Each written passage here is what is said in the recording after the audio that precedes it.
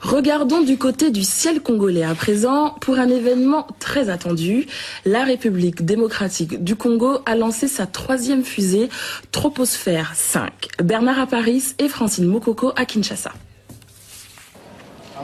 Plus lourde, plus haute, plus puissante. Après 3 mois de recherche, l'équipe de l'ingénieur Jean-Patrice Keka a mis au point un nouveau prototype de fusée, la Troposphère 5. Les ultimes réglages se sont déroulés sur le toit du labo avant de mettre une couche de peinture. C'est le 3e tir d'une fusée pensée et construite par cette équipe de chercheurs congolais, un travail encouragé par les autorités. On a commencé à construire les avions comme ça, on a commencé à construire les véhicules comme ça. Tout commence par, n'est-ce pas, une petite aventure intellectuelle, une petite folie, un petit rêve, n'est-ce pas? À partir de là, les grandes choses peuvent se faire. Maigre moyen, mais grosses ambitions. Le but, atteindre une altitude de 36 km à une vitesse 3 fois supérieure à la vitesse du son, avec cette fois une innovation.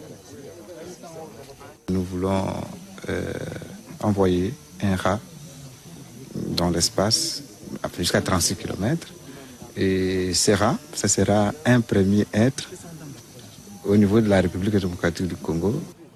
De nombreuses personnalités ont fait le déplacement à Menkaou, à 150 km de Kinshasa, pour assister à l'événement.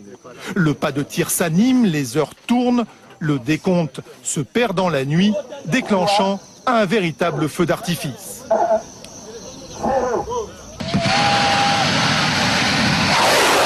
Troposphère 5 n'est pas parti dans la bonne direction, mais l'ingénieur n'en démord pas. Effectivement, c'est une grande réussite. Je crois que vous avez vécu avec nous. Et les autorités sont-elles ravies?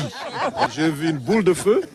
Vous savez, c'est un petit pas que nous venons de réaliser, mais c'est un grand pas en termes de recherche scientifique en République démocratique du Congo, et j'en suis vraiment fier. D'autres projets sont à l'étude. Quant aux petits rongeurs sélectionnés pour ce vol, nous n'avons pour l'heure aucune nouvelle. Et pour la prochaine fois, l'équipe de chercheurs congolais n'exclut pas de mettre un satellite en orbite.